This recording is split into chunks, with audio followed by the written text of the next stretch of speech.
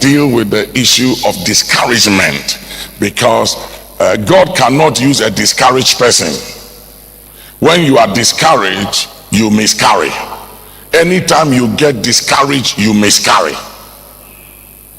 And everybody is carrying something in life.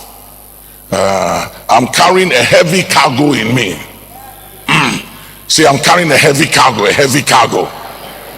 And therefore I cannot be miscarried. I cannot. See, I cannot be discouraged. I cannot be discouraged. Say it, I cannot. Say, I cannot be discouraged. Because whenever I am discouraged, I miscarry my cargo. You cannot be discouraged. I'm telling you.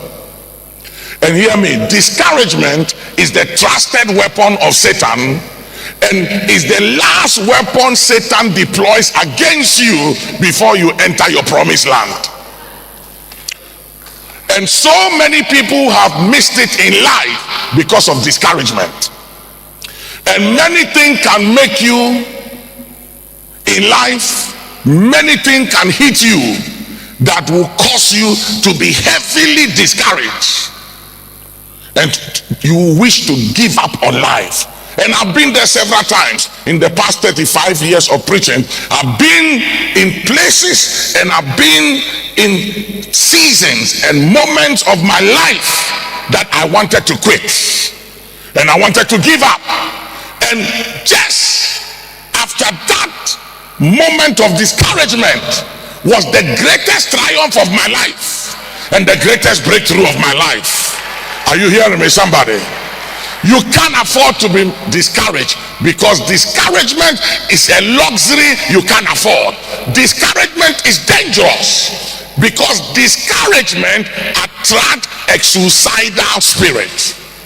Discouragement attracts a suicidal spirit. Anytime you see a man or a woman discouraged, the next thing they do is to quit on life or to give up on their harvest. The Bible says, if you faint not, you shall reap. To be discouraged means you have fainted, and it also means that you have resigned, and it also means that you sign your death warrant and giving Satan permission or authorization to eliminate you before your time. Discouragement is a deadly, trusted, wicked weapon of the devil.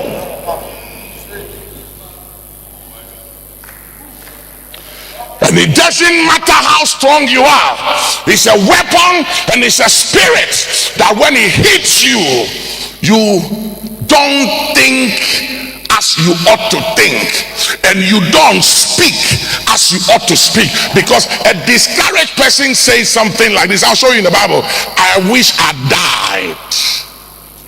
You don't wish to die, and you must never wish to die, because you don't understand this. Death wants you already. So to wish something that wants you already means you are inviting it and you are giving it authorization or permission to take you.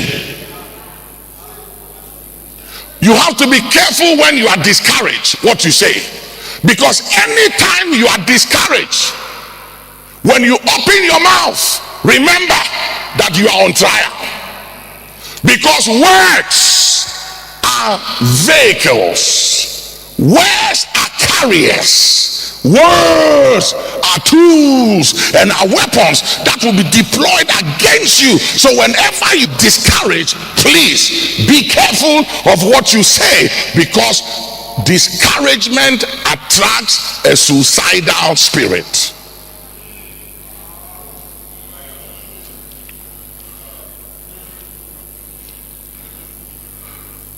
And you can commit suicide by what you say, your own words. Look at Proverbs 6:2. Proverbs 6:2. By your words thou art snared. Snared by your words. You are taken by your own words. It is the things you say, nibi no you or no konabu you, and somehow they want no and no nema tamfo no nya ho kwan, nibi no you or konabu ni ha abonsangbe ne na ohegbe.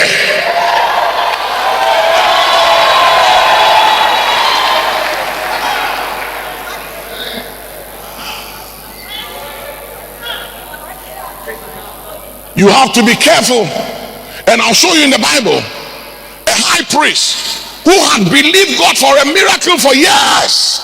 To an old age, his dreams was at hand and it was almost there. And just when his dreams was almost there, discouragement had taken him over, that he doubted the voice of Elohim and doubted the word of the angel of the Lord. And God said, Zacharias, because you are discouraged, you will compromise your destiny and sabotage the destiny of your son that is in the womb of your wife. So you will be dumb until your son is born. You will not be able to speak. I am putting a perpetual padlock. I'm putting a restraining order. I will mute you. Mute. You won't be able to speak. I will put a gag order on your mouth, that you will not be able to utter a word. Because if I don't put a gag order on your mouth and restrain you from speaking and allow you the freedom to speak the way you are talking right now, you will kill your own child. You will abort your own miracle. You will miscarry that heavy cargo you are carrying by your own words. And in order for you not to destroy your own miracle, I will mute you and put a gag order on your mouth, and you will not be able to speak until the child is born. Be careful what you say when you are discouraged. I've heard parents say, I wish this child died. And yet you don't mean it. You don't mean it.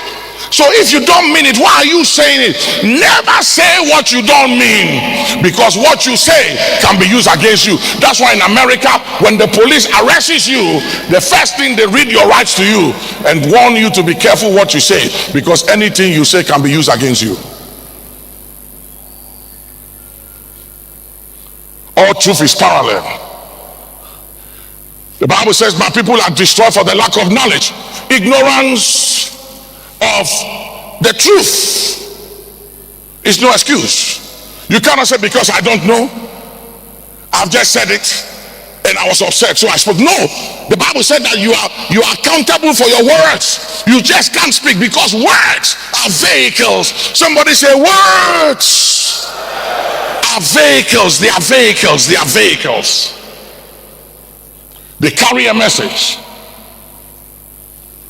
And the way Satan gets at you and I is by words. Let's begin our journey quickly. Let's look at certain characters in the Bible and study certain characters and see how they dealt with discouragement. First, Genesis, the 18th chapter, reading from the 12th to the 15th verse, talking about Sarah, the wife of Abraham, the wife of God's friend. Therefore Sarah laughed within herself, saying, after I am waxed old, shall I have pleasure, my Lord being old also? And the Lord said unto Abraham, wherefore did Sarah laugh, saying, shall I of a surety bear a child which am old? Is anything too hard for the Lord? At the time appointed I will return unto thee according to the time of life, and Sarah shall have a son. Then Sarah denied, saying, I laughed not, for she was afraid. And he said, nay, but thou didst laugh. Hear me. God promised Abraham a seed and his wife. They believed for 24 years God's promise.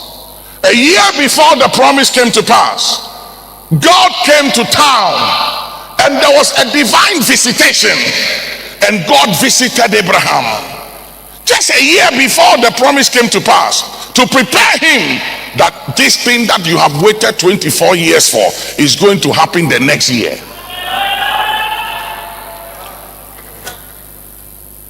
And ladies and gentlemen, just a year, she waited 24 years, and just the year before the promise came to pass, she was so discouraged that she started mocking God in her heart. That word she laughed in her heart was mockery. She was mocking God. She was questioning the integrity of Elohim. She doubted the prophetic word. She doubted her own prophecy. And God said, why did you laugh in your heart? Is there anything too hard for God? Now you got to understand, ladies and gentlemen, that God operates according to times and seasons. Everybody say times and seasons. And please hear me. There are things I am walking in today. There are certain blessings I enjoy today and certain exposures I have today that if God had given it to me 10 years ago or 20 years ago, I wouldn't have been ready for it. I'm telling you, I would have destroyed myself. Some of the exposures I have, some of the access I have today, and some of the places I walk in the corridors of power in the nations of the world, if I had been exposed 20 years ago, I would have been destroyed in the process, because I wasn't matured. I hadn't come of age. I hadn't yet gone through the mail, and I hadn't, you see, if you get something you haven't worked for or you didn't earn it, you misbehave and you mishandle it.